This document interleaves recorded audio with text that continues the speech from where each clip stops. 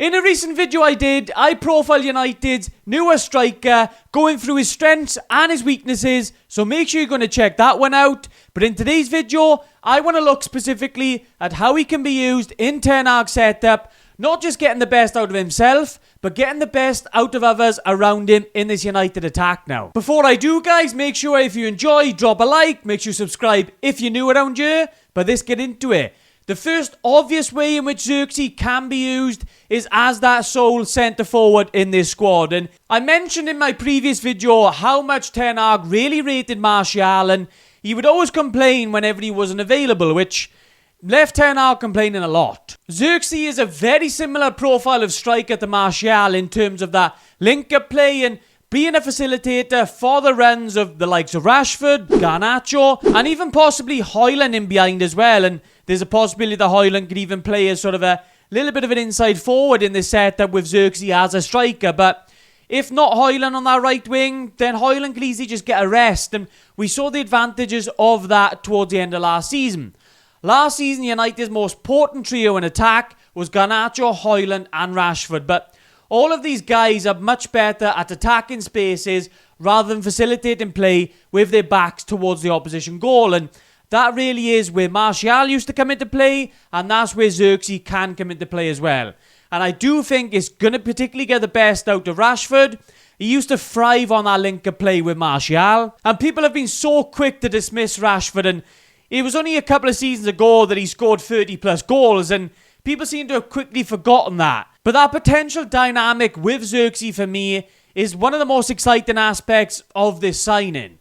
You can see the type of work we're going to be expecting from Zirkzee. This link-up play from Martial, it could be a vital piece of the Ten Hag puzzle now. Last season our attack lacked any sort of spark, and we really did rely on anything that Bruno Fernandes was doing for any sort of creativity in this team. So can Zirkzee now, his arrival in this team, can that take some of the creative burden off Bruno Fernandes' shoulders now? But of course, as a centre forward in this team, Zirkzee can't purely be a facilitator. He will have to score some goals as well. His box presence is a definite area for improvement for him. Zirkzee himself has acknowledged that in the past. You take Harry Kane in the Euros, for example. The relationships and the runners weren't there for him, and he consistently was under scrutiny for dropping too deep. And at times, you've just got to find that right balance. And England didn't find that at the Euros, and it did cost them in the end. But with United now, we need to find that right balance if Zirkzee is going to be in this team. It's all well and good getting your team playing through a press or getting them playing through a stable mid-block. But can we counter that almighty low block now? And obviously, many teams are consistently battling with this when you're playing up against the very stubborn defences of the Premier League. Come on, let's have something real, come on. This is where Zirkzee now needs to make his improvements, needs to improve that killer instinct, needs to improve that box presence, if he's really going to become a top Premier League striker like his new mentor used to be. And now on to the more unlikely but interesting ways that Zirkzee could be used in this team next season. And could we see Ten Hag use him and Højlund in a strike partnership next season? Especially if United are looking to get a goal during the game, I think this could be a very interesting dynamic. You would allow Højlund to occupy that 6-yard box, use that box presence that he has there, and then that would allow then Zirkzee to drift in between the attacking zones, the ones that Ten Hag likes to occupy no matter who or what players are on the pitch, and make those later runs into the box to add that extra threat alongside Højlund then. Often we saw Højlund become very, very isolated last season, and a strike partnership would avoid this, and then you could see potentially then getting the best out of Højlund, similar to what they did in those Atalanta days. And lastly, there is potential for Zirkzee to be used as a number 10.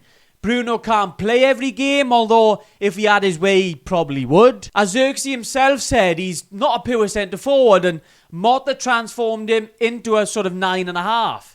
My worry with this would be that box presence, that killer instinct, wouldn't be improved by him playing in that role if he was to play there on a regular basis. But I do think on the odd occasion, you could utilise him there, and it depends what Ten Hag's thoughts are on his sort of long-term vision for this team and what the long-term vision for Zirkzee can be. But one of the major things I like about this signing is just the multiple options you get with him. It's important to keep players playing in their best positions, that's for sure. But on the odd occasion, you can mix things up a little bit and see the different dynamics come to the fore. Obviously, in this team, we've struggled a little bit with obviously getting the best out of this squad. We've seen Bruno play as a winger before. We've seen Rashford play up front. And it's good to have the options in the squad, but you do have to obviously make sure the paramount is going to be getting the most out of that squad optimisation. And United have struggled with that recently. So I've mentioned it as an option. Having Zirkzee playing as that number 10 is potentially a different dynamic. I wouldn't want to see it long term if Zirkzee is going to stay as a striker, but who knows? As I've said, no matter what you think about it, the options there are interesting. Got some positive vibes in here. I'm excited to see Zirkzee in these next 2 preseason games now. I think he's going to be going on that America tour, and we can see exactly sort of what we got then and what we can sort of look forward to in the coming season. The good thing is now we've got striker options. We needed that throughout the course of last year. Højlund definitely burnt out towards the end of it. And we've got one of our best strikers now coaching them through this sort of stuff as well. So hopefully next season that can bring about more goals, as it definitely did lack that bit of spark last season. We saw some wonderful goals. We saw some individual brilliance. But can we see the return of some very, very good team goals now? I do think the introduction of Zirkzee could bring that back. Let me know what you guys think down in the comments down below, guys. As always, stay tuned for everything United. I'll catch you in the next one.